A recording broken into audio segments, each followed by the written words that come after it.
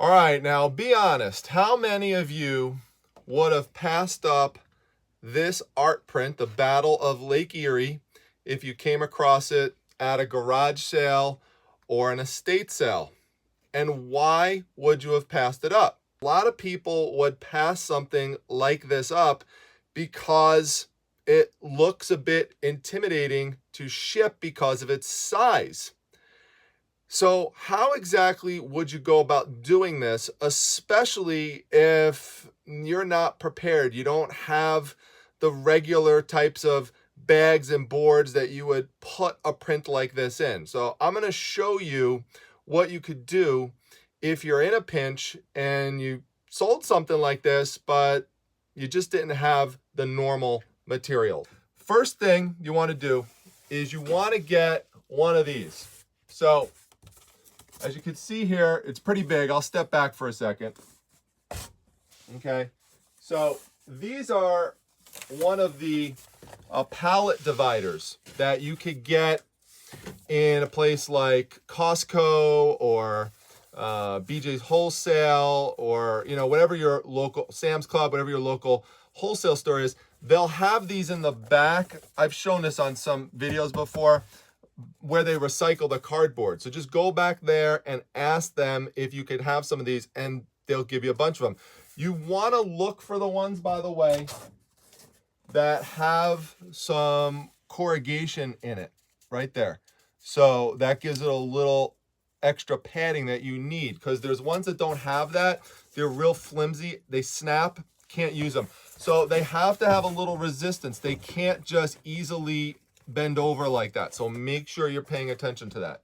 So once we've got that done, we've got this out, we're gonna lay this down, and then we're gonna take our 16 by 20 print and we're gonna just lay it right on top. So we'll leave about an inch or so margin there and all the way around. So I'm just gonna make a cut right here.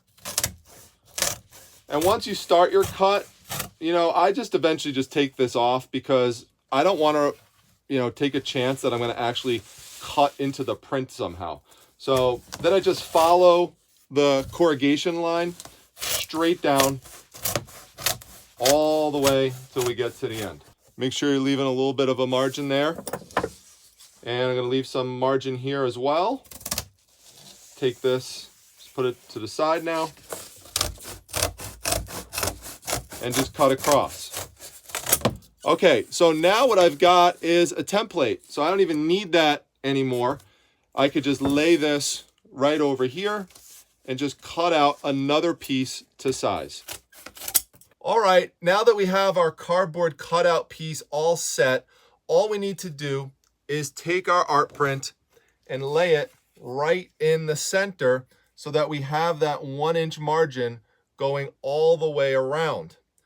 Now we also have to do some additional steps to protect it, because even with this 1-inch margin, if all you did after this is lay the other cardboard piece up top and tape it up, you've got a couple of problems that could happen that you want to avoid. Number one is that this could still slide inside of here, and even with that margin there, it could still wind up jutting out into the outside and damaging it. So we have to stabilize it.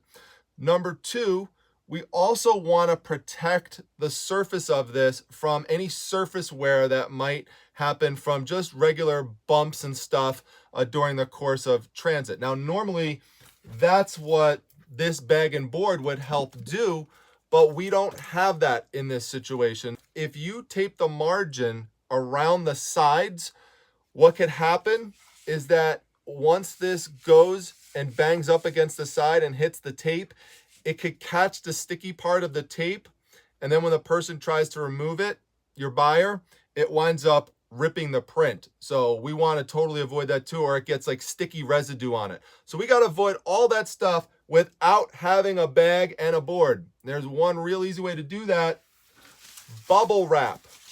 I suggest using small bubbles, and this is one of the rare instances in which I would tell you, for a print, for an art print, to lay the bubbles bubble side up. The reason for that in this type of situation is that if you put it bubble side down, it runs the risk with pressure on it of those bubbles creating some impression onto the print. Now, I'm only saying that in this situation because we don't have a bag to lay on top of it. But with this flat part of the sheet going on it like this, that's not going to cause a problem. So we lay this one right here, and we lay this one here as well. This is just 2 sheets per strip, and they should overlap just like I showed you. Now you've got to stabilize them. What I first would tell you to do is just stabilize it in the center so you connect the 2 pieces together. So I'll put 1 piece of tape over here, 1 piece of tape over here, and 1 piece of tape over there. And then I'll just lay one there, lay one there as well. So now what I want to do is I also want to put some tape going around this way so we stabilize it on the edges. All right, so this is what the print looks like at this stage. As you can see, we have boundary protection all the way along the sides. We have both strips of bubble wrap fastened together at the center and along the back. Now, it's important to keep in mind that while this does provide some level of stabilization for the print, it's not perfect. So the print could still move around in there if you jostle it around. Now, that's going to be the case until we do the next 2 steps, which is really going to fasten this into place. So at this point, it's real important that you have the print where you want it to be. If it does happen to move around, don't sit there and start banging the side of the cardboard to try to position it into place. This is a little tip. Just create a little access point like this so you could just lift up that little bubble wrap flap there, stick your finger inside, and then you can just move it around wherever you want it to be. So the next step is we're going to take our other piece of cardboard that we cut out, and we're going to lay it right on top. Now, sometimes cardboard does have some bowing to it. One side will sometimes bow inwards, and then if you flip it, the other side is then naturally going to bow outwards. You don't want the bowing to come outwards and upwards like that, because then when you try to tape it together, you're fighting against the natural pressure of the cardboard in terms of where it's bowing. You want that to work in your favor. Let it work on your side. So point it bowing side facing down if there's any bowing to it. So that'll naturally help to encapsulate your piece. So then once you have this layered onto here, and remember, we have some additional protection here from the bubble wrap facing upwards. I'm going to put this right here, and then we're just going to fasten this into place. So just going to go like this, take a piece of tape, and just be nice and tight with it, down like that. And then I would suggest actually, even if you're using one of these things, I would still just manually take it like this and just pull it tight. That's going to give it that fastening that you need, right like that, really tight. Then we're going to do the other part right here. We're going to just go this way, fasten it. This gives you your anchor points, is if you do it in the center. Now we're going to do this part right here. And by the way, if you want to like trim like little strips like this off, or little, extra cardboard or something like that, this is where you could do that. It's totally fine. It's optional. It's up to you. So now we're going to fasten the center here. Pull down tight, but make sure you don't bend the cardboard when you do that. You got to be careful. And we're going to do this one too. So now it's set, because we could do whatever we want at this point. We don't have to worry about stuff moving around in there. We could work with this comfortably compared to if I just fasten this part down and like that part down. So get your centers and then just tape around, the margins, just like this. All right, so this is what it looks like at this point. As you can see, we have tape all along the edges that has been pulled over to the other side.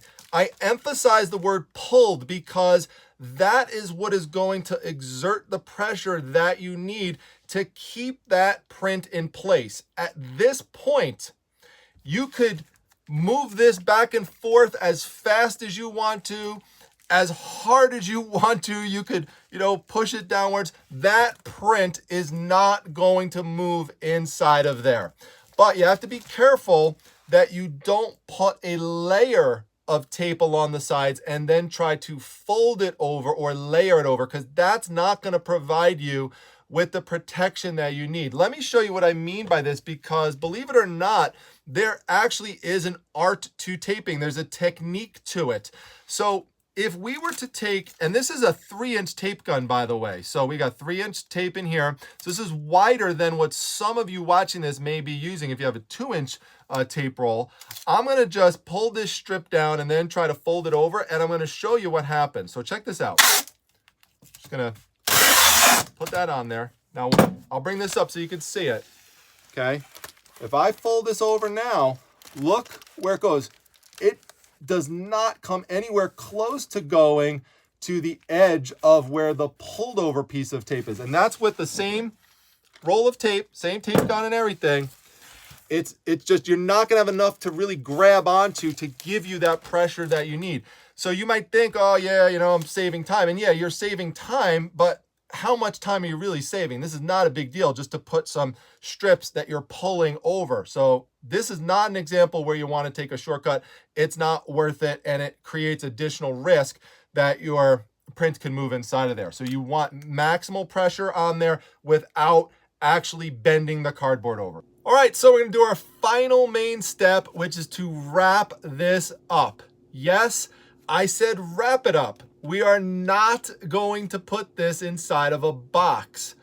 A box for a 16 by 20 print does exist, but it's gonna be huge, and you're gonna have to put void fill inside of it, which is another expense.